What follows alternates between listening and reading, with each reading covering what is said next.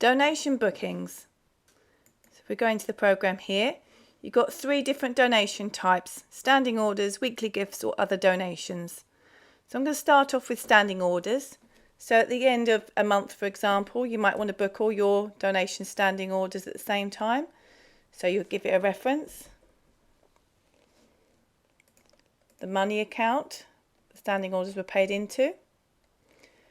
Then you'll need to fill out the rest of the details. So that's the default donation account and the gift aid income account. And I'm going to change the default date to the end of last month and select standing orders. Now it's going to pull in all the donors that have got a next due date on their standing order up to and including the end of April. So from here you can go through here and compare it to your bank statement, and if there's any changes, for example the amount might have changed, so you can literally type in the new amount. You can also change the effective date as well, so you can just over type it with the new date. If none of these donations have got gift aid for any reason, you can tick the no gift aid flag and that will mark them all as no gift aid.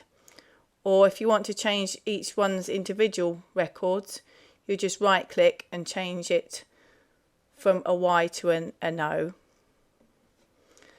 Once you're happy that everything's included and all the details are correct, you just click on confirm and record. So if we now choose weekly gifts, so again we'd fill in our reference,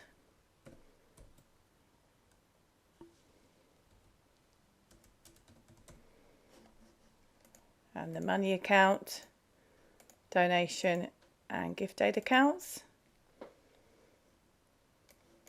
Change the date again if you need to, and I'm going to choose weekly gifts. So what that'll do is that'll pull in all the donors that have got the weekly gift flag set to yes.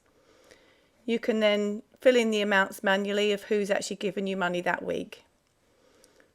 So let's say they gave £10 and it was to the general fund, and they gave £20 to the general fund, and they gave £30 the youth fund.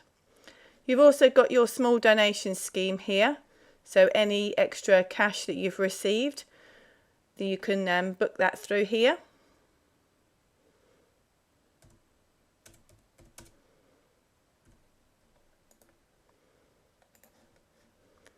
If you leave the fund code column blank, it will default in whatever you select in the default fund at the top. Once you've entered everything in, just click on confirm and record. Okay, let's move on to other donations. So same thing as before, you'd enter a reference and money account, donation account, gift aid account. So I'm going to book them through today's date. And then what you need to do is you need to manually enter the donor records in here. So you can right click on here and it will give you a list of your donors. You can scroll down, select the relevant one, enter in the amount.